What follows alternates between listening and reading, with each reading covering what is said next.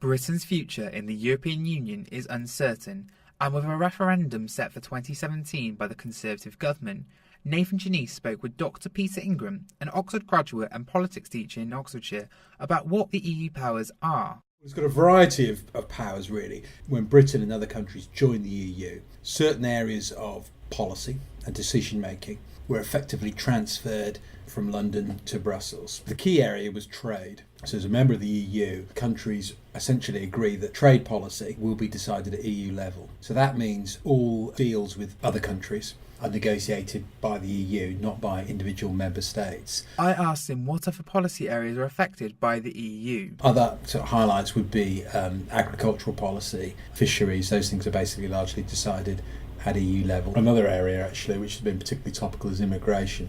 There is effectively free movement of people across the EU. I asked Dr. Ingram if there are any other policy areas the EU is involved in. Other areas, it's a bit more mixed. A lot of workplace rules now are decided at the EU. Other areas like environmental protection, there's a certain amount that goes on at EU level. The areas it's least affected are things like health, education, up to a point welfare. Those things have been largely left to the member states. With a large amount of powers linked to the EU, why is Britain thinking of now leaving the European Union? The misleading thing about UKIP's rise, if you like, is that, it is a protest vote until UKIP came along. If you didn't like EU membership, well, there wasn't really any way you could vote. Arguably, it's not just about Europe, although, obviously Europe's central to their pitch. But they've done well, broadly speaking, in elections that don't matter. And they've also done well in elections where not many people vote. With the 2009 European elections turnout being just under 35% of the population, even though UKIP is currently the favourite for the 2014 election,